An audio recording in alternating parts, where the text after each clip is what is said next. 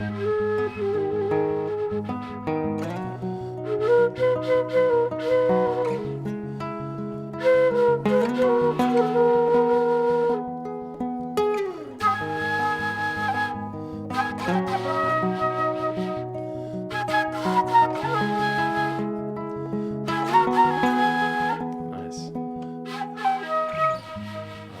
to Being Heard. This month I'm Thorald, this is Isaac. We are the brothers Corin, and this month is all about play. Because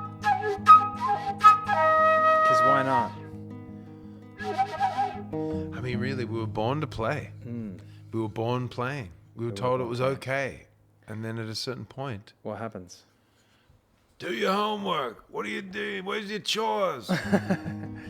And we lose... Don't be silly. Don't we talk. lose our Don't ability cry. to make shit up on the fly, right? Don't laugh in the back of the class.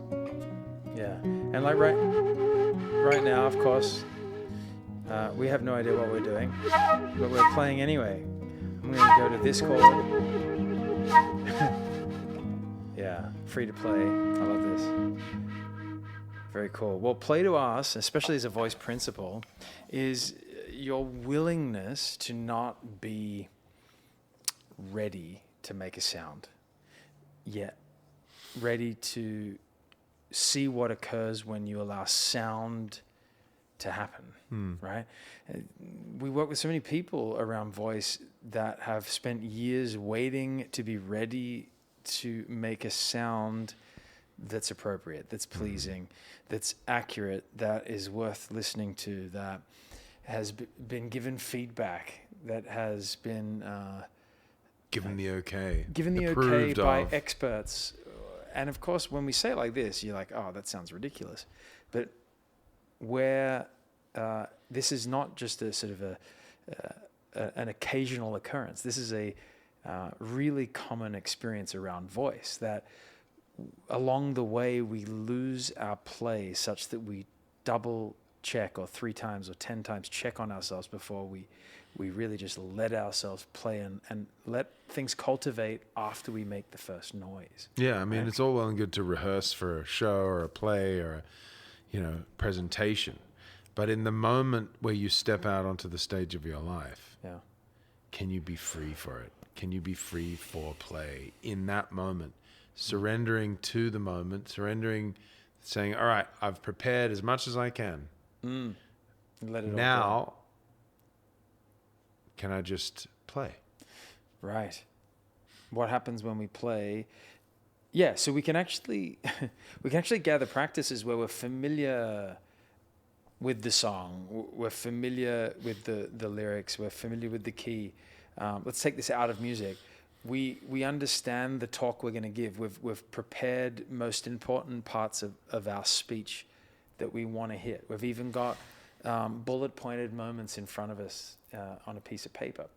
But at what point do we let go of what we were imagining and show up in our presence and play, trusting that however we've prepared is enough, and now it's simply what we're gonna do now is just see what happens, right? And not control an outcome. And this is really, to me, the distinction between a master who can stand in their expression and creativity and share, and someone who has articulated a performance. The difference between something magnificent and masterful is preparation that's been let go of, and something that's very high performance and impressive, that's hitting every mark that they've overly prepared for, feels that way to me. And maybe that's being harsh, but there is a very big distinction between being available to where the moment wants to take you, even if that's not the place that you prepared for, right? Yeah. And so how might you let your voice return to a play state that maybe you used to have as a kid?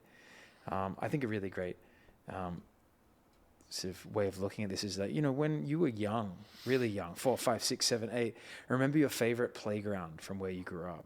To me, it was like, there was some park that we used to go to in Australia, we call it a flying fox. I don't know what they call it here. It's a version of like a zipline-y thing. Zipline, yeah. I don't know what they call it in like in a playground, kids' playground. Yeah, but it's just we call them a flying fox, right? Yeah. For some reason, like there was just one outrageous one at a playground somewhere in Adelaide, and I was little, so it just looked like so big, like such a big deal, And I think I just remember getting enough courage to try it and just being like, and dreaming of going back to that playground to play. But remembering your favorite playground growing up, like you turn up to it and you had energy, you're a kid, and you just suddenly were just like, yes, like how quick can I just immerse myself in being here? You certainly didn't consider how should I play. You didn't consider what would be the best way to do this play. Such right. That I mean, the big word you just said was consideration. It's like we weren't in our heads, we were in our bodies. And, a lot of our institutions teach us to be in the head. In consideration of thinking what? People, thinking, think therefore I am. That's the human we've been made into. But I think it's I play therefore I am. I like right? that. Because that's the nature's way. How do you think we got to this state of evolution, this, top of the food chain? We got here because we are creative by nature. We make choices that surprise us. We make choices that are different from our ancestors. So you're saying that choice can be play? Absolutely. So we choose. We explore as a voice principle in our work. When we work with people on embodying voice, we invite them into their creative gut, right? Their yeah and nah, right? Yeah. I mean, if you think if the language of nature is excitement, then following your excitement is how we got here. So we're going, yeah. And then we came across, of course, things that didn't work, like don't eat that berry, obviously. But like even just things like, no, we tried that, that's not it.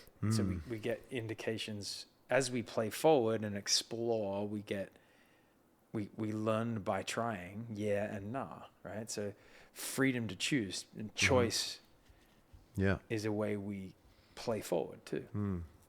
Yeah. How might we play, like what does it mean to play in your voice? What does it mean to use play as a method to find the greatest voice of your life? Yeah, well, I think trusting the first creative impulse, that's play. Going with, saying yes to the first thing that comes to you that you're excited about or that brings pleasure, and seeking curiously an awareness in the body of how that sound is landing. Why don't we try it? So another way to say that is like playing with trying to bring your voice into somewhere, like it's a playground, and seeing if you like it. Would that be one way to play? Yeah, see if there's any, energy there for you, or excitement, or pleasure, or pain, or release, or catharsis, emotion that's real, raw, that is bubbling up, that's erupting, and following it rather than, using the head to rationalize it away.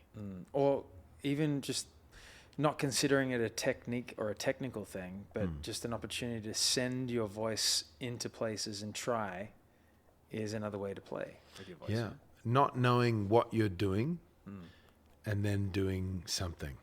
Doing it anyway, even when you don't know what you're about to do. It's by definition play. All right, well, let's try it. So, yes. All right, well, you are a playground. All right, let's see. Why don't we start bringing it, like Isaac's doing, into the front of your lips. Can you buzz your lips? Either like this or finding like a buzzy, a really buzzy hum. Slightly opening your lips or motorboating your lips.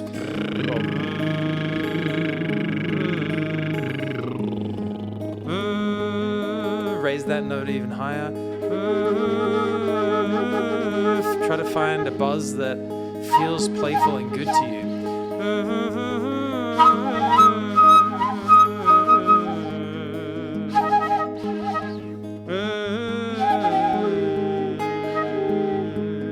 All right, bring it up to your cheekbones now. Let's try me me me me me me me me me me me me me me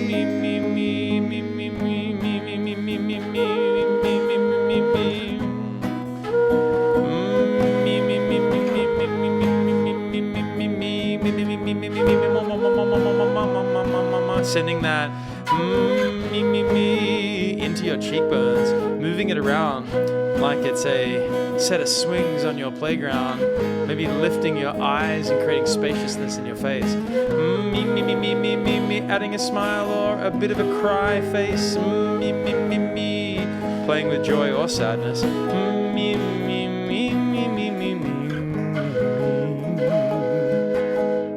Nice. I like this one. Send your voice out both temples, like you're a cartoon, like a Looney Tunes cartoon. Can you send your voice out both sides of your head at the same time? Let's use the tone, sonic anatomy tone, air. Here we go. Really spread it like you're sending your voice out stereo. Here we go.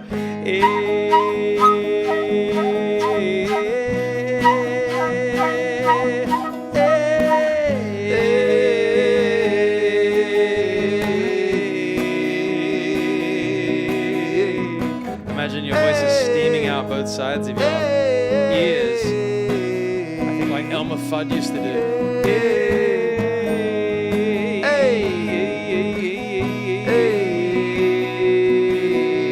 All right, let's send it up to the top of our crown. Can you shoot your voice out the top of your head? Let's use the sonic anatomy tone E.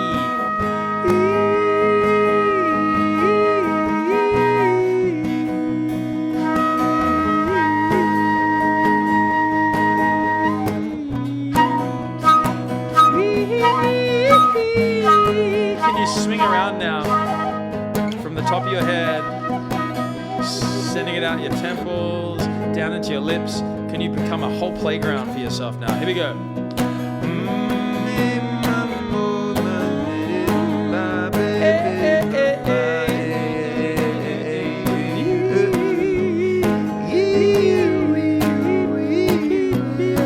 Can you make some silly faces?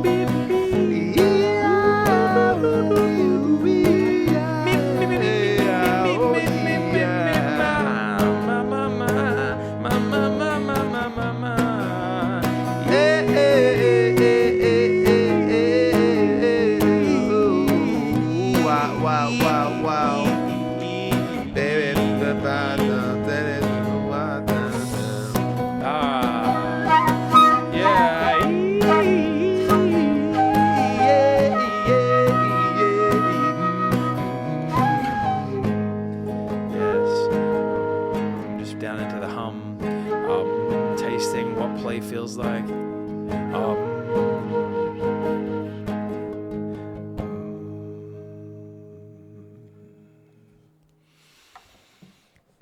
well, we hope you got a little bit ridiculous with us and felt what it feels like to invite your voice into playful zones, playful states. That was fun. Of these reverberant cavities. Yeah, nice flute playing. You were playing the flute.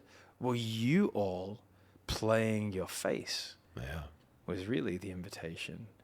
And, in a time and in a world where we've become increasingly under the conscious and unconscious pressure to be presentation ready, more and more pressure on looking pretty, looking appropriate, having the right filters, getting it right, hitting that, perfect video on social media.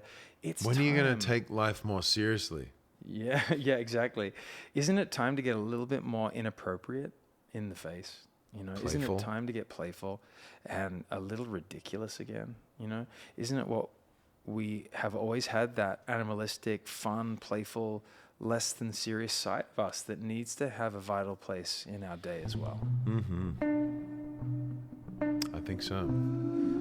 Well, on that note, this is Being Heard. I'm Thorald, this is Isaac. Sing with you soon.